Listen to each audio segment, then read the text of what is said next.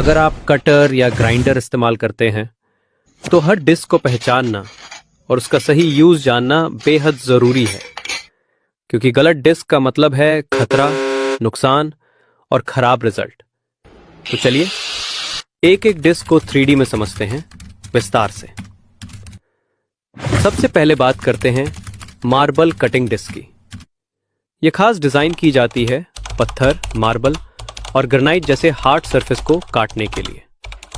इसमें diamond cutting edge होता है जो टाइल्स और मार्बल को बिना क्रैक किए तेजी से काटता है।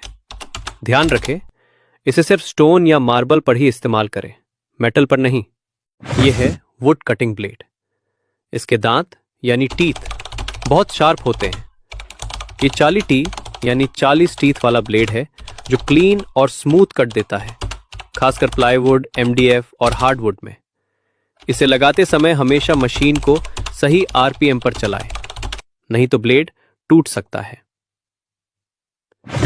अब बात करते हैं आयरन कटिंग डिस्क की। यह दिखने में पतली होती है और इसकी कटिंग बहुत सटीक होती है।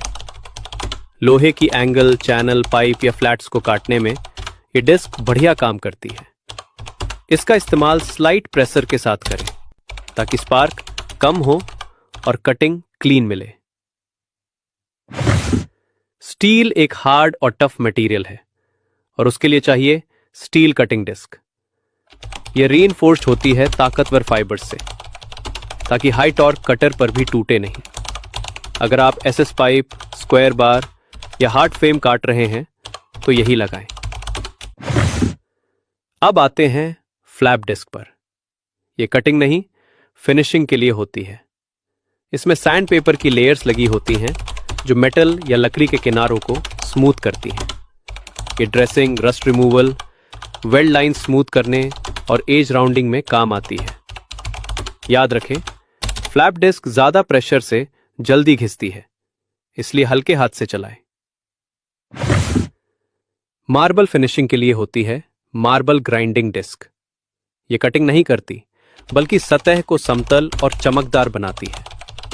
पॉलिश से पहले और बाद में इसकी जरूरत पड़ती है। टाइल्स इंस्टॉलेशन के बाद की परफेक्ट टूल।